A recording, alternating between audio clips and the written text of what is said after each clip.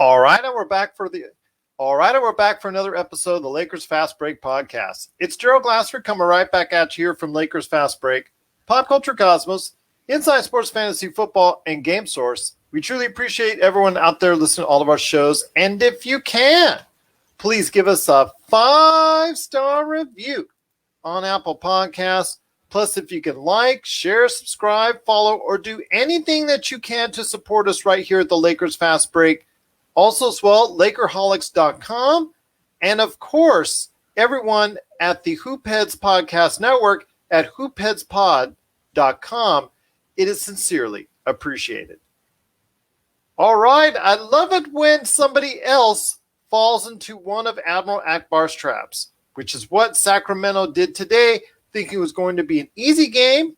They came into the game as far as on a pretty good streak. They've been playing much better as of late. And I was listening to the Sacramento feed, and I was hearing them talk and rave about how well De'Aaron Fox is playing, how he's one of the best point guards in the league, top 5, doing great, doing awesome. He's taken that next step, fourth quarter points, dominating. Yes, here. And I'm not going to disagree with any of that because he has played extremely well for the Sacramento Kings, but not today, which was a good thing because the Lakers made it very difficult for him to go ahead and generate any type of consistent offense. They did give a lot up to Harrison Barnes, but you know what? Not too many other players stepped up for the Sacramento Kings because the defense for the Lakers, like in every game, was there. And you know what? On the brighter side of that, they actually played some excellent offense. This is their best offensive game by far without LeBron and AD. And they truly, truly came together as a team. Want to go ahead and give a big shout out to Jay Jarnes, gave us a heart right off the bat. Thank you so much for doing so. And the Lakers with probably a sensational game by all accounts. Their best game without LeBron and AD in the lineup as they destroyed the Sacramento Kings in Sacramento, 115-94. And here today to talk about the game and the brilliant shooting performance, although as Laker Tom and I both will say, you know, you got to take it as it is because every once in a while these are NBA players and they are going to get hot from three. But here today to talk about the game is the mastermind behind Lakerholics.com. It is Laker Tom. And Laker Tom, you got to be excited about the performance today for Kyle Kuzma. Really stepped it up today, 30 points, 50% plus from the three-point area. Really good. Didn't like all the missed layups. I think that's something that they have to go ahead and work on as far as the concentration is concerned. But you can't find too many faults when you lead and you win by 21 points on the road without LeBron and AD. Yeah, it was a great game. You know, I think that I'm going to just continue to jump on this team, complain about everything, ridicule them, talk about how they don't have a chance to win a championship this year. Because look what happened when I did that. Yes. Reverse psychology, my friend. It's reverse psychology. It's yes. Definitely happening. You know, as I've said many times, despite what criticism I may write in my articles and talk about on the podcast, when the game comes, I'm a Laker fan, and I'm still going to root for every single player out there to do well, even the guy that I most want to trade or get cut. So it was great to see the Lakers hit 17 of 33 from three-point land, shooting almost 50% overall, destroying them on the rebounds, still allowed a lot of points in the paint. We basically had a wash on the points in the paint. And, man, the first half turnovers, they're just mind-boggling. I mean, hey, Lee, but this is the kind of win that we have to get. These are the teams that we can beat even without LeBron and AD. And it's important that we get those wins because, you know, it's still going to be a while before we see our two superstars back in the lineup. And every win we get keeps us out of the play-in tournament at this point in time. So great game by the Lakers. Couldn't be happier. It was great to see Kenny hit 4 threes in the first half. Then he reverted back to his normal self, started missing everything. But everybody contributed pretty well. Like Talon played a very steady, heady game. Markeith is starting to look like the Markeith Morris who was a big star for us in the playoffs.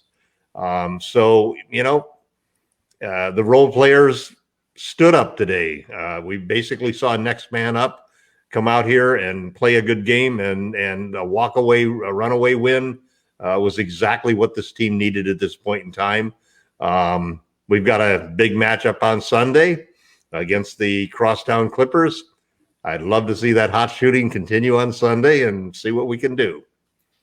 Jay Johnson says the Lakers are back in the win column. Absolutely they are. I want to go ahead and make sure everybody goes ahead and gets an update on where the Lakers stand right now, because do we expect over the long haul by the time LeBron and AD to get back be where we're at? Probably not. Albert Tocaro, great to see you. Thanks for the heart as well. We truly appreciate it. But I want to give everybody a heads up where we are in the standings right now. We are in fourth place at 31-18, just a half game above the Denver Nuggets and a half game behind the Los Angeles Clippers, and only a game in front of the Portland Trail Blazers. So I'm going to say it like this. And El Rob is here too. And I'm hello from the Philippines. Como se ga? Hope you're doing well.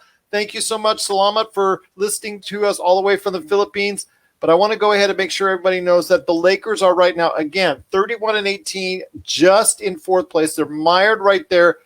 I mean, at this point in time, I'm hoping they can hang on, but I'm expecting the Lakers to go ahead and, do what they can. But with LeBron and AD, it's going to be tough. As long as they can stay in front of the Dallas Mavericks, that's what I think I'm rooting for right now. I think if that's the key right now, they're still, right now as we speak, 4 games in front of the Dallas Mavericks. If they can stay in front of them, I think things will be looking okay, because Laker Tom is concerned about them and the Lakers falling into the playing game. If they can stay in front of the Dallas Mavericks, I think things will be a lot better for us. But here today to also talk about the game and where the Lakers stand right now is a good man indeed. You got to catch his comments whenever you can go ahead and do so at Lakerholics.com. It is El Rob. And El Rob, my friend, great to have you on here. Nice to see you. I don't see any of our other cohorts in crime here. That's a kind of a shame on them. I'm sure we'll go ahead and talk some smack, friendly smack to them when we can. But El Rob, great to see you here. Your thoughts on an outstanding victory for the Los Angeles Lakers today? Great shooting.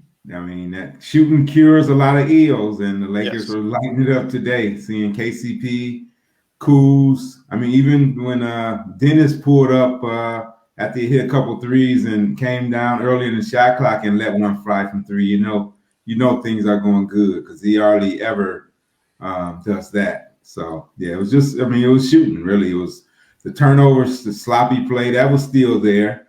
But when you shoot the ball like they did tonight, you can get away with that. So, good win. Yeah. I think Sacramento probably came in, knowing how bad the Lakers had been playing, and figured that was they had already chalked a W down in there, on the ledger. And once the Lakers started letting it fly, they couldn't regroup. So, good. Always fun beating Sacramento. I still like beating them. Yes, always fun to beat them. Sorry about that, Luke. We know you're struggling up there in Sacktown, but Jack Rogers wanted to comment and throw in there, the Kings are the last team in defensive efficiency, and it shows. It shows. They're not able to stop anyone, and when you're not able to go ahead and take care of the penetrations by THT, Kuzma was having a field day on them, and when it led to a whole bunch of open look three-pointers, and that's the thing, it was the three-pointers we were taking, Laker Tom, were under control. They were step into, they weren't rushed. And that leads to me to believe that, again, like Jack Rogers pointed out, the defense on the Kings side, just like we saw when, I don't want to say Luke was when he was here with the Lakers, the defense for the team, at least for that team, was not that good. There's another stat that I saw the other day that sort of belies what you said there, Gerald, because the Lakers basically, the threes that they've been missing have been open threes. so it's not necessarily that all of a sudden we played a team that gave us a lot of open threes. We've been bouncing open threes all season long. That's been our big problem. And what's even more frustrating is that we shoot the open threes worse when LeBron's not in the game. And, part of that is the timing of getting that perfect pass and right in your shooting pocket, so that you can just let it fly. Another is just the sense of confidence you get when you play on a team that's got LeBron James, because it's sort of like taking a three late in the shot clock when you got to take it, and the pressure is really off. And when you've got LeBron on your team, it's no different than going down to the gym on Saturday and you pick sides and you got next, and you happen to have the best player on the court standing right next to you when you go out there to play. Your shot is more confident, everything goes well, and you rain a lot of threes. And for a change, without LeBron and without AD, our guys went out there and rained threes tonight. And that, like Lee said, that was the difference in the game. And there's nothing else that'll make you a cockier or surer basketball team than seeing that ball go through the hoop over and over and over. One of the things I still like you were saying, El Rob, the turnovers, and you, Laker Tom, this has obviously been something you've pointed out on your previous broadcast, and that is, El Rob, the turnovers are still a concern for me. I know Caruso, according to J. John, Kuz, THT, Caruso. I understand Caruso had some good moments, but still some frustrating moments for me. He's still passing the ball when he's got wide open layups. Nothing aggravates me more than that. I cannot tell you how much. Okay, you like that? You like that, Keith? Fast break. Smile for 99% of the game. The 1% is when they do stuff like that. It just irritates me beyond all description. But El Rob, I want to ask you this, my friend. The turnovers are still kind of an issue, but you've got to be satisfied the way that they went ahead and passed the ball around. Layups, still got to go ahead and finish that concentration. THT, some missed bunnies that I thought he should have made. But again, overall, you got to be pleased with where the Lakers are at after a game like this. Absolutely. With all the guys we're down, any win you take, you're satisfied with. Man, I mean, they play spirited. So the turnovers, you don't mind the THT. Usually his turnovers is being aggressive. So those I don't mind as much as, Kuzma throwing a cross-court pass that, kind of going through three people. Somehow they got it back, and I think he scored a three on that possession. Or Caruso throwing a bounce pass, on a 2-on-1 break. It's like the, stupid plays. But at any rate, hey, today we're not going to harp on that. We're going to look at the positive. So, I was very enthused. They crashed boards. I think we out-rebounded them by a significant figure. 25 rebounds on the board. 53 to 38, I think. Yeah, energy, and they play with a lot of passion, so that's good. And I guess like Tom said, when your shots are going in, that fuels you to play a little harder and a little bit better. And so hopefully this is the beginning of a good shooting streak. We can use it coming up against the Clippers Sunday. Yeah, the Clippers are probably shaking in their boots right now. Well, we'll see. They had a poor performance, obviously, against Milwaukee. They've been very uneven as of late, so. They were kind of riding high for a while, but then again, those uneven losses and wins, just you don't know where their heads are at half the time. It's kind of, I don't know what's going on with the Clippers, and I don't think anybody else does either, because they're very hard to figure out. But I want to go ahead and give a big shout out to all the commenters right now that are on Facebook. Rebel Bond, he said, superb and amazing performance all around tonight for Kyle Kuzma. Something I'm going to ask you on in a second, El Tom. But defense, dunk, rebounds, assists, and crucial threes, and the Lakers win. Wow, Kuzmania. I was shouting Kuz.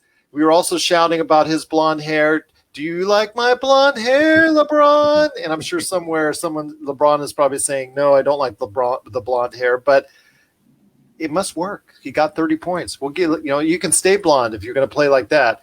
But I will say this, J. John has said the posterizing dunk that Caruso gave was the highlight of the game. Yes, but stop giving up those easy layups to pass them out. Please, man, please.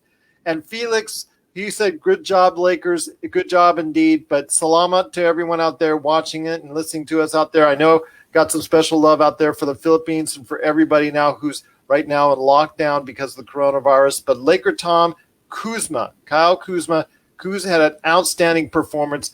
This is the way we want him to play It's the consistency that I always worry about. But today you got the best of Kyle Kuzma. Yeah, it's a funny thing about Kuzma because in the first year, everybody looked at him and thought that he was maybe the better player than Lonzo Ball and Brandon Ingram.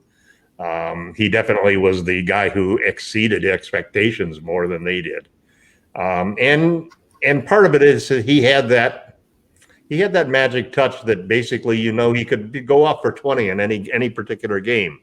And I wrote recently in Lakerholics.com that one of the problems this team has is that they really are LeBron and AD and a bunch of non-starters, guys that would not be starting on any other basketball, or let's say at least half of them they'd have trouble on being starters on half of the NBA teams. And so when you look at it that way and you take out LeBron and AD, you're rolling out there with 5 guys that wouldn't be starters on a lot of NBA teams. And so what you really need in those situations are you need the guys who are stars but are sacrificing and taking a role that's lesser than what they're capable of, so that they can come out and become stars when the pressure's on and when they're needed. And Kuzma's a guy who is one of the few players on this team who has that ability, that he could take over a game and dominate it scoring wise. He could be, the Andre Iguodala or the Robert Horry of this particular team in the right situation. But he hasn't been doing that. And a good part of it was that he sort of focused himself on becoming a better, more well-rounded basketball player, doing the little things that would help the team. In other words, dedicating himself to the role. So it's encouraging to see that he still has a little bit of that charisma to be able to come out and perform above his level when it's needed by the team. I also appreciate the fact that he said he played like crap the last game. In the second half of the last game, he said, I've got to play better if the Lakers are going to win. And he came out tonight and played better. And after a dismal performance the other day in losing that game, it was great to see the entire Laker team come out with a little fire in their veins and the kind of energy that you really want to see. So, it's good. I'm going to just keep bashing the team, I think, at this point in time, because it's working, and I ought to write tonight. I'm inspired to write about how the Clippers are going to wipe the floor with us tomorrow on Sunday. And we'll see if there's a different Easter bunny than the ones that everybody expects happening. We'll see, but it is, again, going to be an early game for those listening and watching out there, a 12:30 game on Sunday. Just want to give everybody a heads up on that. And also want to make sure everybody has a happy and safe Easter holiday. Want to make sure that you can spend it with you and yours, and hopefully everybody will have an excellent holiday indeed. Want to go ahead and mention Albert saying, hello, Sir Lee Rob, and hello, Sir Tom. Oh, my gosh, these guys have now been given royal status, but no, he's being very polite. The people of the Philippines are just so incredible with their politeness. I'm surprised you're not calling them po, but because that's if you're Filipino out there and you know that po is for older individuals. Again, wait a second, I'm an older individual. Maybe I shouldn't say that. But anyways, moving on, because I'm an old man myself. I want to go ahead and say this. Trying to pick on us, Lee. Hello, Sir Gerald. Well, I'm the youngest of you three, but not by much. But hello, Sir Gerald Glassford. Thank you so much.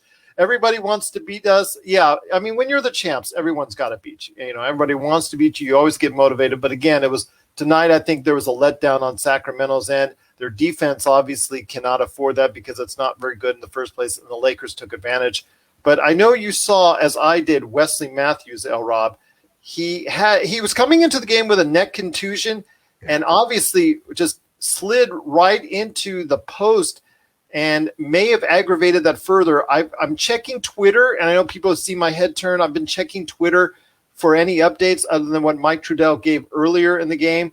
It just looks like he may have re-extended it, but I've heard no more going into tests or MRIs, but I'm going to keep checking on that. But they did x-rays and they were negative. So they did x-rays and negative. Okay, because Mike Trudell, I didn't see it on his. I'll have to, maybe McTen did that for McMenamin. But I want to hear your thoughts on Wesley Matthews. if he's out as well for an extended period of time, what that does to affect the team. Yeah, boy, Wesley's a tough defender, so you hate to see, you hate to lose him, especially, when you think about a game like the Clippers, we could use him to eat up some minutes on Paul George and those guys. But, Wesley hasn't been playing that great, so I think we could, just be a few more minutes for THT and other guys. So, unfortunately, I don't think he will be missed that much, but we still want to have every man available. So I hope he gets well soon. Because he's been a very hot and cold player for the Lakers. Yes, yeah, more cold than hot, but yes, yeah. This is true, my friend. Yeah, but he's not afraid to shoot. Now, that's one thing I like about Wes. He's not afraid to defend, and he's not afraid to shoot. Over there, I wanted to send a shout out to them. And when I think of basketball in the Philippines, I always think of the legend of Billy Ray Bates. So for you young Philippine fans, you probably need to ask somebody or research it. But yes, I always remember the legend of Billy Ray Bates over there.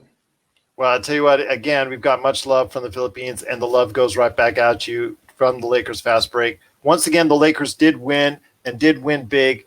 I'll tell you what, right now, a great score of 115-94. This is, Laker Tom, without a doubt, the biggest and best victory so far in the non-LeBron AD time period.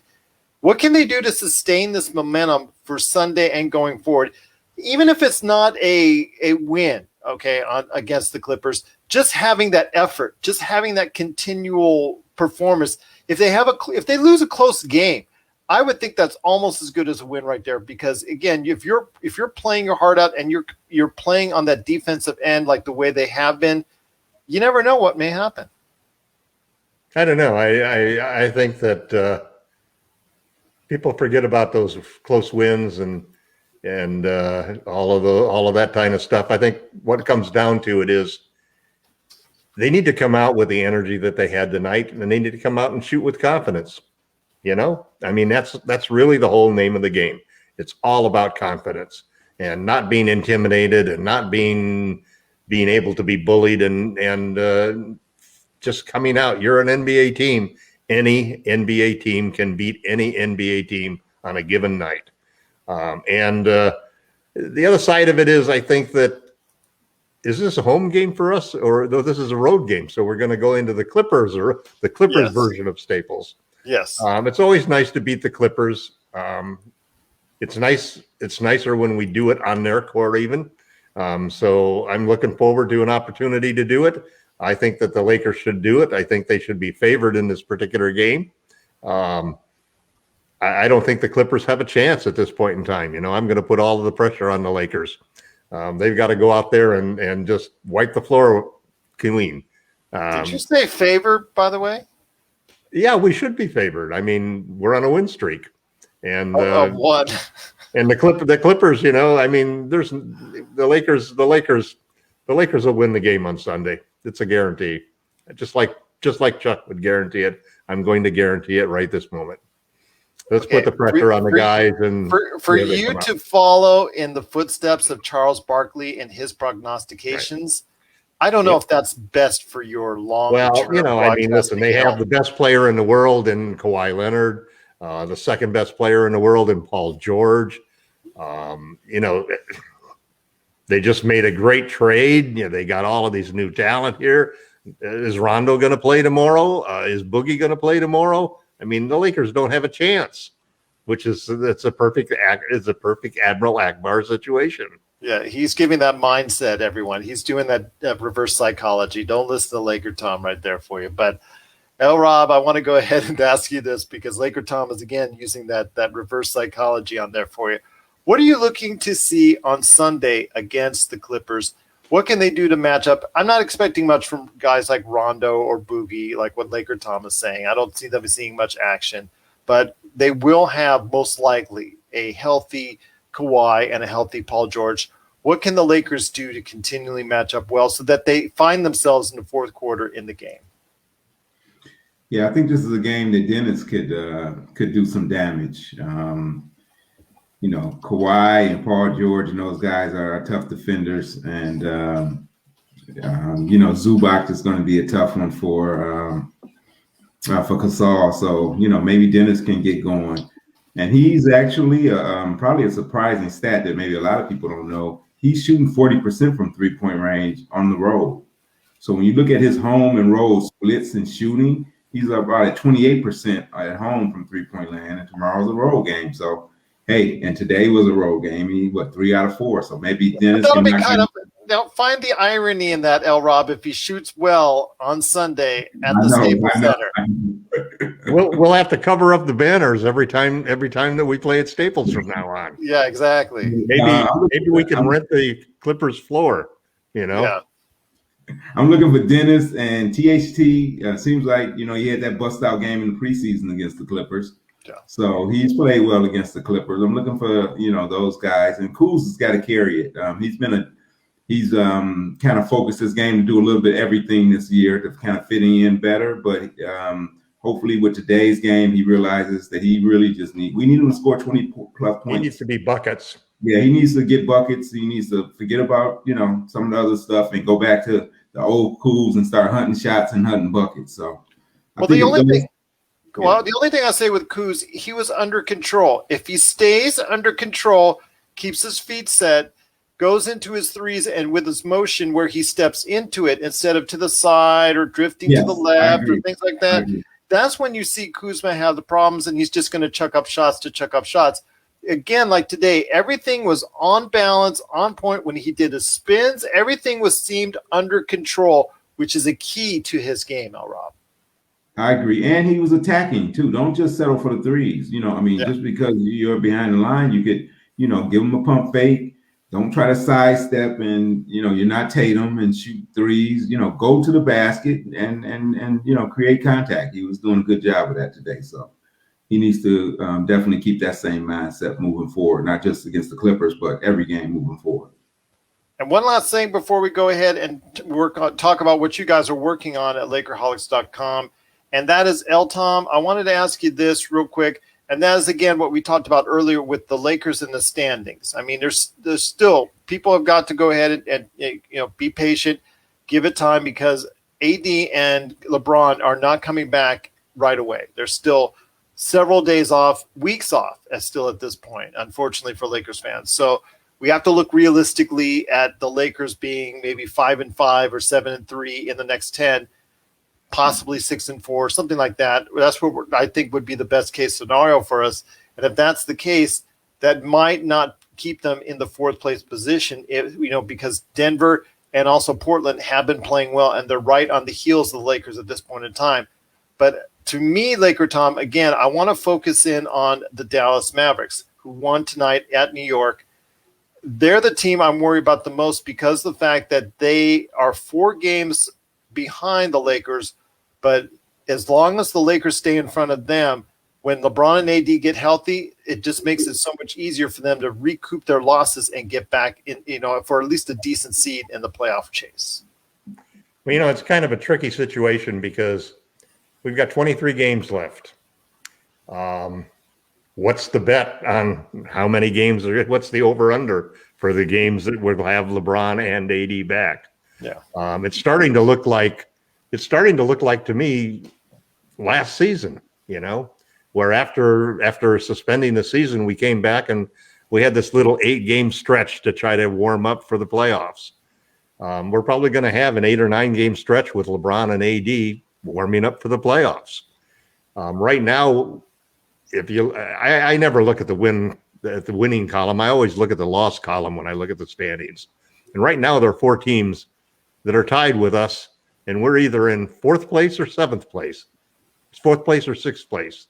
The 4, 5, 6, and 7, 4, 5, and the 3, 4, 5, and 6 teams. Yes, all have 18 losses. Yes. So we could be as high as 3rd or as low as 6th. We're 3 games ahead in the loss column from the Mavericks. So I'm not too worried about it. If we can, the biggest worry I had was that the team would fall apart and would not be able to come out and win the winnable games. I'm not I do think that there is, being honest now, I do think there is a chance that we could beat the Clippers. To do that, we're going to have to do two things. We're going to have to hit our threes and take care of the ball. It's that simple. If we can do those two things, we'll have a chance in that game, because even in the games that we've played since we don't have LeBron and AD, or let's say without LeBron, we still had the number 4 defense in the league. We had the 29th, which is the second worst offense in the league, but we were still number 4, which is pretty respectable when you consider the problems that we have in rim protection at this point in time. So it's not an out of the question that the Lakers can beat the Clippers. The Clippers obviously are going to be heavily favored, but there's always the Admiral Akbar factor to put in there. And there's a simple fact that, like Lee said, maybe Dennis is going to have a great game. He needs to do more than 5 turnovers, and Gasol's 5 turnovers were just really of the boneheaded types of just passes that you make at angles that are just going to be intercepted. And it's because Caruso had a couple like that as well. Oh, Alex is shooting like 25% from the field. I mean, he made 2 threes today, and he shot in the playoffs last year. I mean, I saw somebody come back after it was pointed out that he's been shooting since February 1st under 30% from the field, not from 3, from the field. And the retort from the bench goat people basically was as well. In the playoffs last year, he shot under 25% from the field. Said, well, great. I mean, tell me then that the plus minus is because you're doing well and it's not because 4 other guys are carrying you. Alex has been a big disappointment at this point in time. I'm almost embarrassed when he has the commercials that he's got going for the razor company. But at any rate, he needs to play an awful lot better on defense and on offense, because on defense, he was getting eaten up all night long. But, we'll have a chance. We'll have a chance on Sunday, and we'll see what happens. After I write a couple of bashing articles this weekend, we'll have a chance. We'll see what happens indeed. It is going to be Sunday afternoon here in the U.S. against the Clippers, Easter Sunday. Albert says Montrez versus the Clippers. I say it's motivation for Trez. I know Jay Johnson said it may happen. Clippers going to choke tomorrow. The Beast Herald will take care of it. Let's go, Lakers. He is the eternal optimist. I want to give all the respect in the world to Jay John and also Albert out there, and to everybody who's commented and watching us. Also want to give a thank you to Jack, Manuel for the thumbs up, and Felix, Albert, and Jay John for the hearts. But Rob, I want to ask you this, and this is kind of a trick question, because you already know the answer when I ask you this, and that is, who is the more powerful duo right now as far as out of the lineup? Because the fact that which team is being more affected? The Lakers with LeBron and AD out of the lineup, and they obviously you see how well they played today, or Stephen Curry and Draymond Green, who were out of the lineup for the Golden State Warriors and lost by 53 to Toronto. Yeah, when I looked at the score at one point, and they were down by 61. Yeah, I was like, "Are you kidding me?" And I had to do I had to check, because Draymond's on my fantasy team and I need his assist. So I was like, come on, Draymond. That's okay. It just helps me. It helps my team more. But yeah, Golden State's a proud franchise, and they're trying to, they need to make the playoffs. They got to get those guys in there. Obviously, the answer is, the Lakers have better players if you take out those 2 guys than Golden State does. So I think the Lakers are a much better team without LeBron and AD than Golden State are without Draymond and Steph. So. Well, let me ask you this, Rob, before I hit it back to Laker Tom. 2 rosters full of guys that couldn't start on half the teams in the NBA. Well, yeah, that's than the superstars. Yeah, that's very apparent right there. Although, Wiseman, to me, still I think has got a bright future in this league. Yes, I agree. But I want to ask you this. When it comes down to the Lakers and LeBron and AD, what Laker Tom is saying, he thinks that they will not come back until with 7 or 8 games left. I'm hoping that they will come back sooner than that, but I'm not even thinking myself that they'll be back until there's about 10 games left. I think 10 to me is kind of that number that I see as far as it's concerned, where one or both may materialize back into the lineup. What do you see as far as the healing process for them? Do you see them coming back sooner than that, or do you see them coming back actually right around what Laker Tom has, with around 7, 8, 9 games left? So looking at the schedule in May, we have a total of 2, 4, 6, 8, and there's 9 games in May. So I think they'll come back. I think AD will definitely play in April. I would love to see him. We want to stay ahead of Dallas, right? That's the team. We got back with Dallas, like in April 22nd and 24th. I would love to see AD slide into maybe that last game, which will probably give him about 12 games back. So I think AD will come back a little bit before LeBron. But I think I'm agreeing with LT on LeBron. Probably going to be about 8 or 9 games. But I think AD will be back a little bit sooner. Do you think that they'll still be in front of the Mavs by the time those one or both of those guys get back in the lineup? Man, we got a rough slate coming up. But yes, because if the Lakers can go, let's say that the next 10 games, even if the Lakers only win 3 or 4 of those, that means Dallas has got to go. They got to win about 8 to tie us. Yeah. Yeah, I mean, they're not going to play at that clip. So, yeah, I think the Lakers will still be maybe a game ahead of them, something like that. Okay, that's what I'm thinking as well. Laker Tom, do you disagree with that? Usually you will disagree on the higher side, so I want to hear. Well, the difficult part is the type of injuries that these guys have got, because they're the kind of injuries that you can't really predict. High ankle sprain and the calf injury that AD has, the high ankle sprain that LeBron has. Those are the type of injuries where the guy, you don't know when they're ready until they're ready. It's not like you can. Some guys will come back in 3 weeks. Some guys will come back in 12 weeks. I do think that there's a need for them to have a few games in the regular season before the playoffs. And we've got 9 games in May before May 22nd. So I think the target would be to try to get them both back together at that point in time. I think Lee's probably right that AD is closer, because at least they've got him doing on-court activities, whereas LeBron's not doing any on-court activities. They've also got Drummond, who is there's another big question. Will Andre be available to play on Sunday? It's a lot easier game playing against, I think, Ibaka and Zubac than it is playing against Lopez, as he obviously found out by getting his foot crushed. Lopez and Giannis, that's a tougher matchup. So it'd be good if Andre was available to play some. I'm thinking he will be out. I have a feeling he will not be in. I'm hoping I'm wrong, but I heard it was more like a 2-game, 3-game out. Well, every time the Lakers, and it's kind of a funny. There's kind of a funny dynamic going on when the Lakers play the Clippers, and part of it has been the sort of load management gig that the Clippers have been pulling off.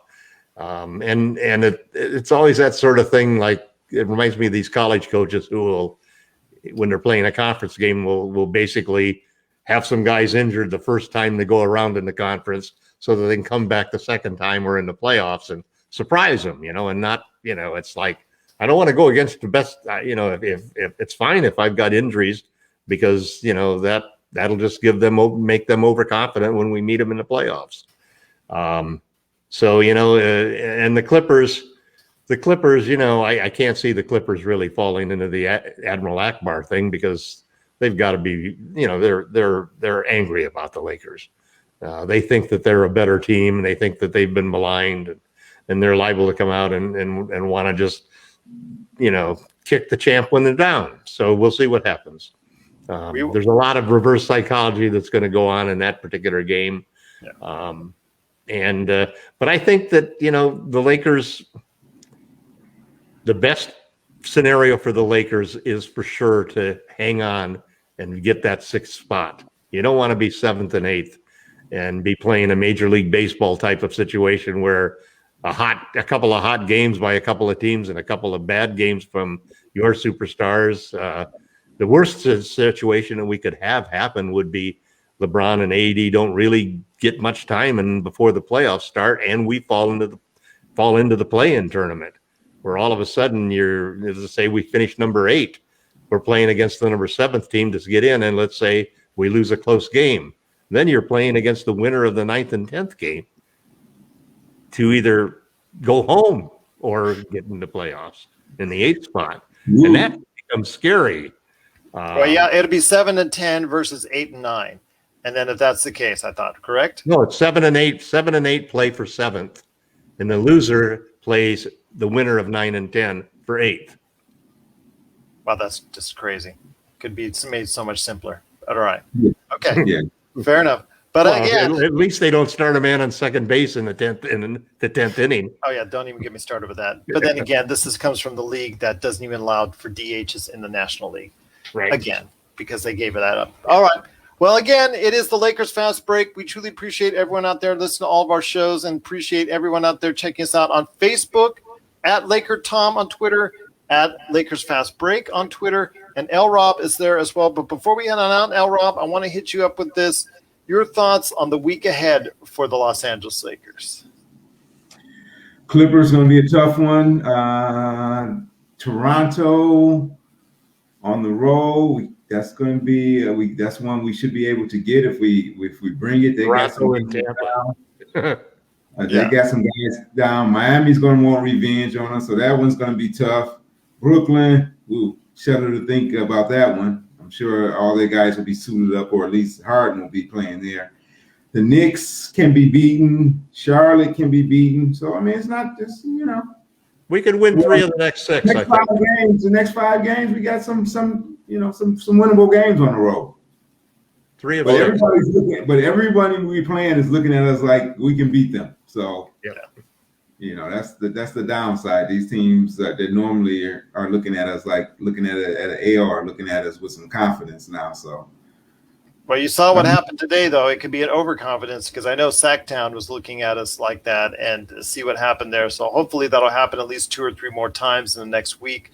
Love to see that overconfidence from those teams, if that can possibly be the case. But Laker Tom, I really appreciate both you and L Rob stopping by. And again, the hundreds of people that have watched the show today, I cannot thank you enough for all the love that you go ahead and provide us, and the great comments and all that. Again, please, I hope everyone has a safe and happy Easter holiday. But before we get on out, what articles did you say you were working on for Lakerholics.com? I always got a few in the chamber. Oh yeah, you do. I'm working on an article today that is the 3 trades that the Lakers should have made before the trade deadline, and why they should revisit them in the summer. So that'll be. Trade articles always have the best ratings. Yes, they do. I mean, it's sad to say, but it's the reality. I mean, whether it's on Medium or whether it's at Lakerholics.com, those are always the big winners. I think that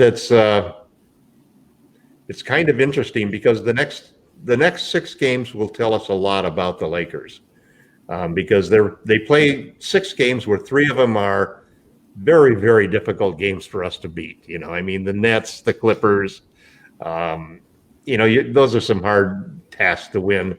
But the other games, and here's what I think is the difference. When we came out against the Bucks, and you're starting 5 guys who really aren't starter quality NBA players, and they know they're going up against a superstar.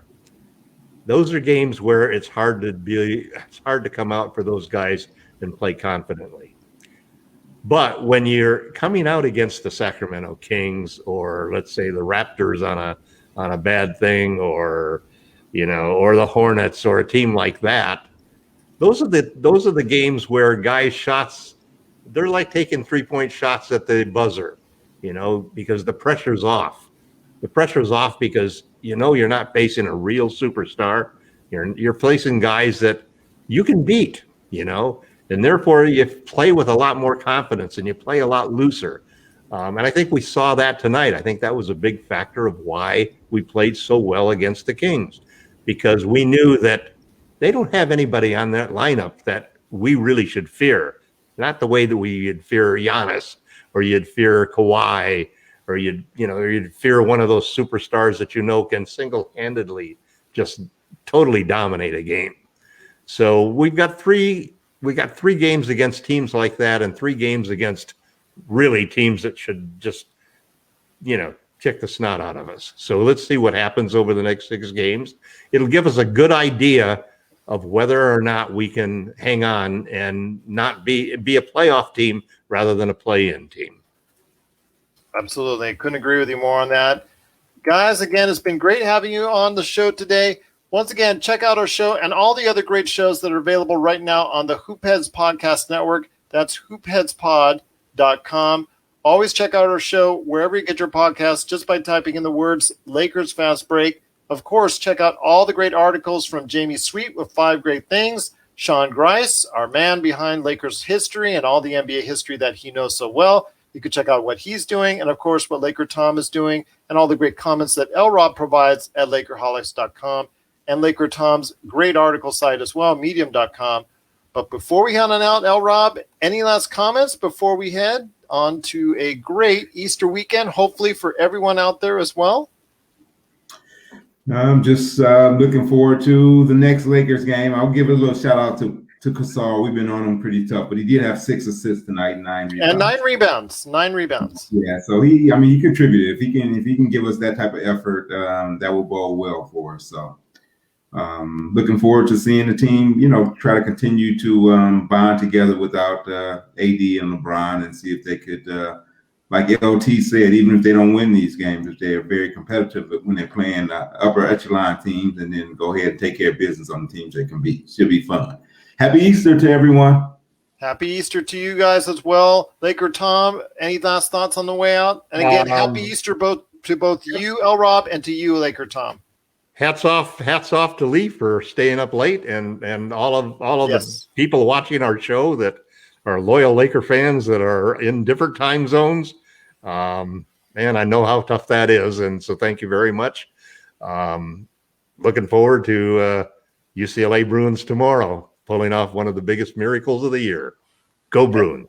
And, of course, L. Rob and I with Michigan State for him and USC for me are on the outside looking in. And, yeah, though that Gonzaga freight train, they blew away USC in that first half. They might do the same for UCLA. I mean, once it starts going downhill. Man, the 3 J's are going to have the games of the March Madness. All right, we'll wait and see, my friend. I don't know. Gonzaga. It'll take. Yeah, Gonzaga looks pretty dark. 12 is the number we're looking for. The 12th UCLA National Championship. Yeah, 12 is the number that you guys might be down in the first half by in the first 5 minutes. But let's go. We've been down by more than that and have come back. Not to Gonzaga, that's for sure. Gonzaga's a freight train. Did you see how they played? They put their pants on one leg at a time, just like everybody else, man. Oh, well-coached team, well-coached players. They look incredible right now. That's UCLA, well-coached team, well-coached players. They force players to shoot over them. Okay, you got to shoot over them. You're not going to get any easy layups, easy dunks, and so forth. You have to shoot over them. We'll see. I don't know. Gonzaga looks pretty good. But again, it is the Lakers Fast Break. We truly appreciate everyone being a part of today's program. Once again, the final score was the Lakers 115-94 on the road at Sacramento. Their best performance without LeBron and AD. We will be back Sunday afternoon. That's right. We're going to spend Easter with you because we love you and we wish everybody out there so much happiness this Easter. Again, we will be part of your Easter afternoon coming up after the game. Also, check out, again, dropped another episode of the Pop Culture Cosmos. If you're interested in Godzilla versus Kong, in that matchup, I saw it, I reviewed it, so I share that on the latest Pop Culture Cosmos, wherever you get your podcasts. But again, it is 115-94. The Lakers do win over the Sacramento Kings. And looking forward to seeing everyone out there and everyone that just gave us so many thank yous, thumbs ups, hearts, Jason, Jack, Manuel, Felix, Albert, J. John, you guys are incredible. Everyone out there, we truly appreciate you watching and listening. But we will see you on Easter Sunday right here at the Lakers Fast Break Podcast.